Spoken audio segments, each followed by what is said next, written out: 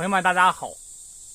这几天啊，有一个朋友啊和我说，老范呐，你那里有100多种无花果，你能不能啊出几期啊不同的无花果，这个果子成熟以后啊，你割开啊这个果肉的对比。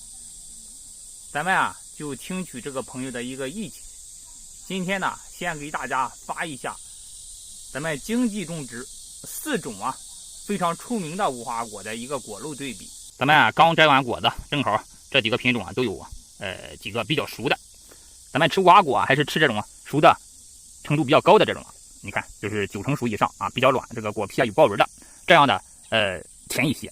当然也更能体现这个品种的特点。现在呢，我挨着给大家这个介绍一下。这个是斯特拉，大家可以看一下，它这个果皮有点黄啊。这个斯特拉正常的颜色是比较绿的，这个可能啊在叶子底下长黄了，所以说它黄的比较重一些。这个是波记红，大家都知道是一个红色的，这个是一个黄色的金腰番，这个果子比较大。这个是巴罗奈，巴罗奈的果皮啊有点丑啊，它不像这几个这么鲜艳。现在呢，我拿刀啊挨着给大家割开看一下。咱们挨着把它切开啊，挨着切开，先切这个斯特拉。这个刀不太快。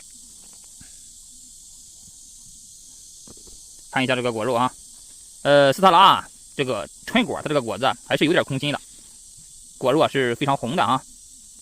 看一下这个果肉啊，它这个果肉啊，感觉还是比较糯啊。斯特拉这个果肉的特点呢，就是果肉是红色，再就是它这个种子非常小啊，大家可以看一下，种子非常小啊，所以说斯特拉这个品种啊，籽粒感要差一些啊。再切第二个就是这个波记红，这个波记红啊也切开了，大家可以看一下它这个果肉啊，它这个果肉啊，有点粉哈，稍微有点粉色。看一下，它这个籽啊也不是很大。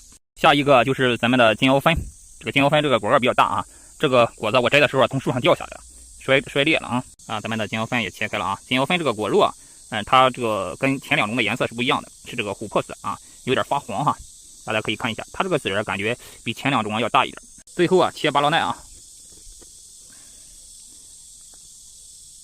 巴罗奈这个果肉啊，跟斯特拉还是比较相像的啊，大家可以看一下，也是比较红一些，比波记红啊要红。巴罗奈这个籽粒感要强一些啊，看一下它这个种子，它这个种子相对来说要多一点。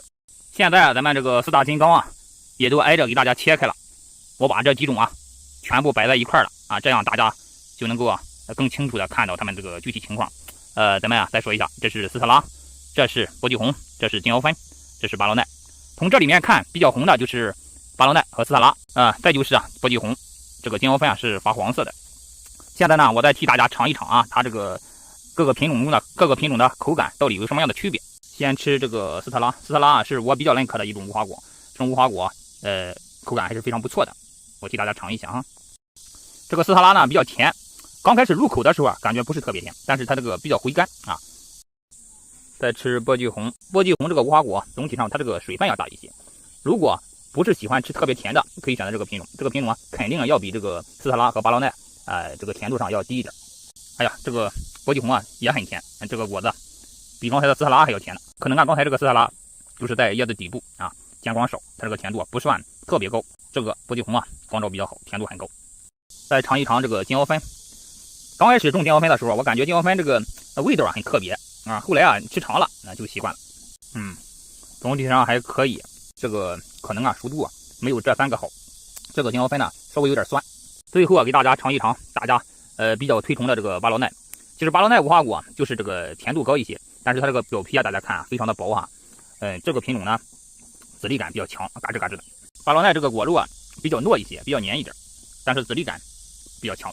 这几种无花果我也挨着给大家打开试吃了，总体上都差不很多，特别是这3种都差不很多。很多人说波记红不甜，你绝对是没有种好的原因。好了，这期也就满足大家的要求了，先给大家拍了这么4种比较常见的大果型的无花果，给大家做了一个详细的介绍和试吃。